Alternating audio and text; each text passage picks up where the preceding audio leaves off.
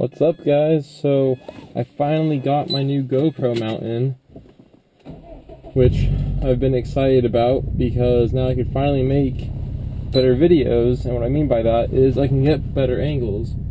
Whew, it's hot. It says 107 out here, but I mean that is in the garage, but man, it is hot. So finally I get to make a review for you guys of the GT Spec D-shaped steering wheel. I've been waiting to do this review for a long time because I wanted to be able to get a good angle of the wheel.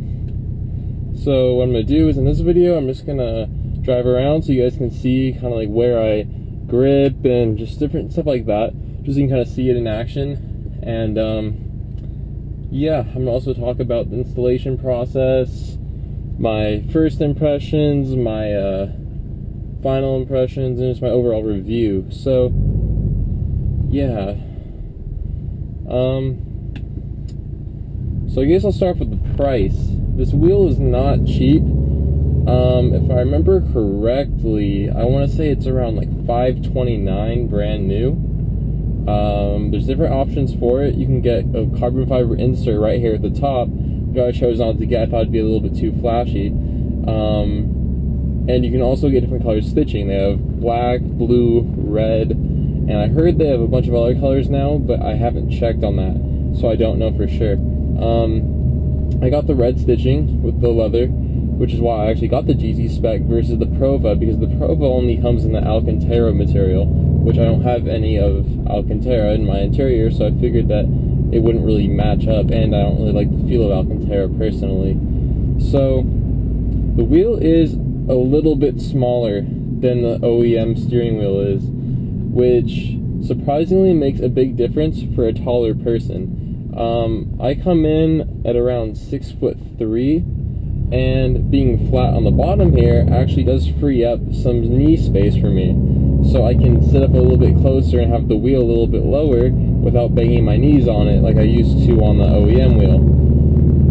So there are there's lots of inserts, or I guess places where your hands can go on this wheel that are just really comfortable.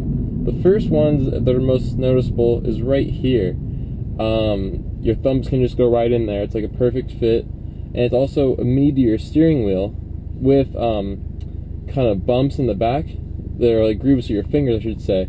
So like right here, if I'm just driving with one hand because I'm about to shift, I can just grab right here, and I have little like inserts for my fingers pretty much, and a nice little grip right here, which kind of comes out a little bit. So it is just a really comfortable steering wheel overall. I'm really happy with it, and it just adds a better feel. One position that isn't comfortable really in this wheel, which you shouldn't be driving with anyway because it's not very safe, is just gripping it like with one hand. It's decently comfortable, but I have bigger hands, and now being a D-shaped wheel, my fingers do kind of touch on the Bluetooth controls at the bottom left here, which is something to consider if you like driving like that, but it is bearable. So one thing I do like about this wheel, or one of the many things I do like about it, is that you get to keep your OEM airbag, your OEM controls, and it looks OEM. It looks aftermarket enough to where I think it looks good, and it's a really nice addition, but it doesn't stand out. It's not too flashy, which is something I like, because it looks like it could have come from the factory. But you do have a nice little subtle GT Spec logo here at the bottom, which kind of gives it away. But I still have full functionality over all my steering controls, which is nice. Horn still works. The installation was pretty easy. I had some friends help me out just so I can have a second hand with getting the wheel off, but it's pretty much just disassembling it by taking off. There's two screws on the bottom of the steering column, and then you slide out your airbag, disconnect the airbag, and then yeah, you're pretty much, after you disconnect the airbag, taking off the stock wheel and just swapping out the controls of the new one and just reinstalling it. So it's a really easy install. And I'm trying to kind of hold the wheel over here so you guys can see it.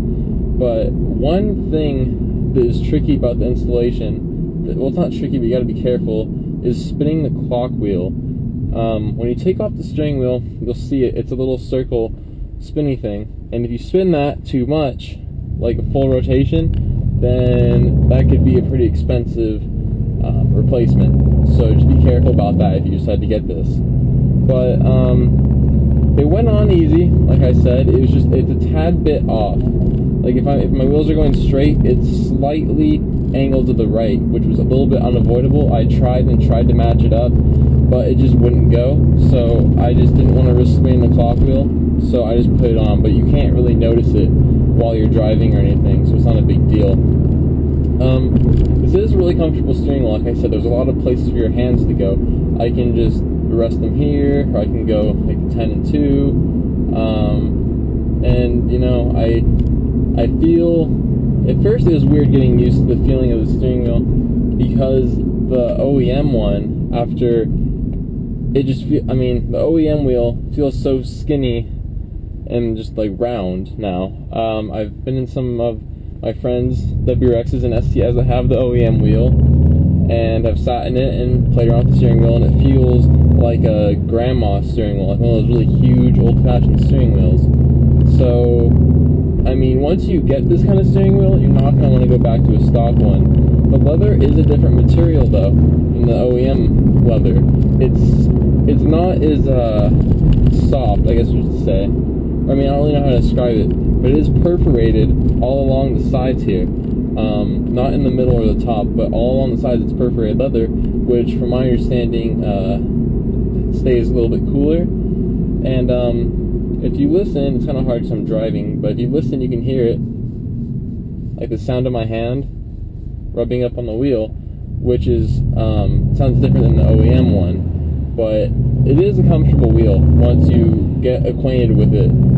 So if you're considering getting the steering wheel, I would say do it. It is a lot of money, but it's one of those things where once you get it, you won't regret it at all. The installation is easy, like I said. You just need a torque wrench and a few other torque bits.